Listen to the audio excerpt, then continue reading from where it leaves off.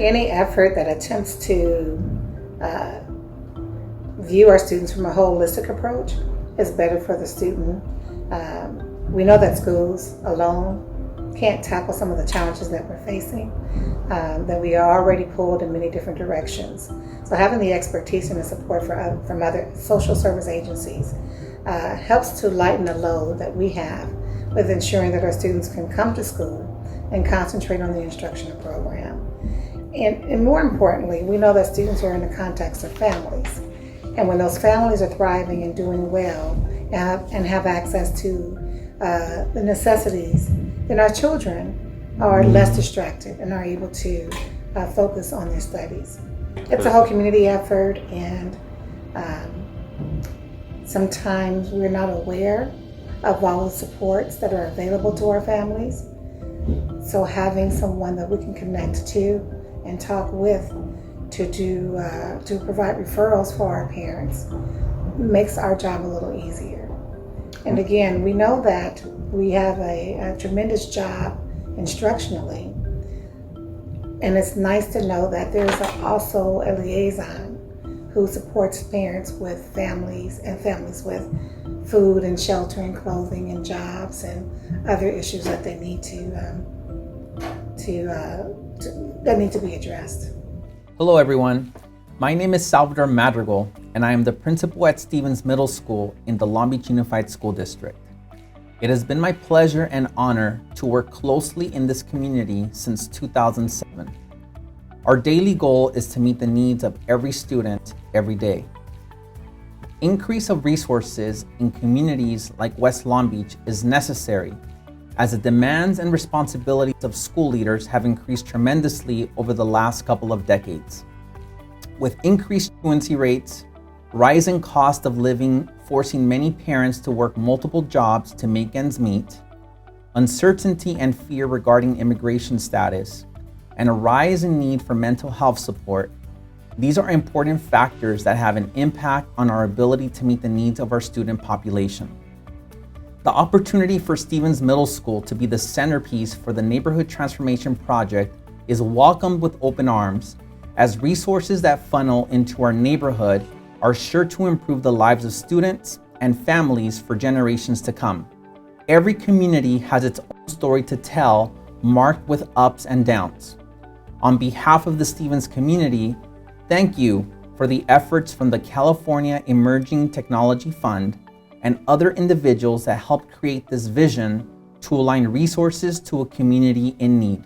Well, I think the other factors that exist in our neighborhood that affect the academic performance of our students are many. I think our students, unfortunately, have a lot of challenges in our neighborhood.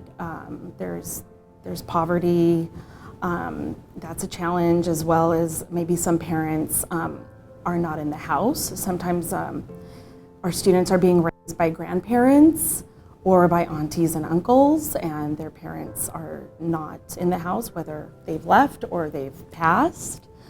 Sadly, also some of the parents or grandparents that are in the house haven't received an education maybe past 3rd grade or 6th grade or maybe even the high school. So I think all those challenges exist for our students. In addition to that, there's gang affiliation amongst family members that I've seen, and there's gang violence, sadly, in our neighborhood at times.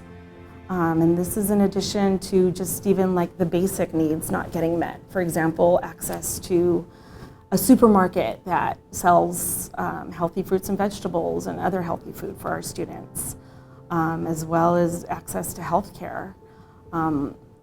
Sadly, I feel like those items or those places are on the other side of town, just across the LA River or just across the 710 freeway. So within the immediate neighborhood of Stevens Middle School, our students do face quite a few challenges. Coming from an area that is stricken by poverty, these students have so many things going against them. Oftentimes they come from families where they might not get to see or know one of their parents. They might have siblings who are experiencing problems of their own. They might have aunts and uncles that are worried about things such as being deported in their current age. And these types of things are constantly on our students' minds.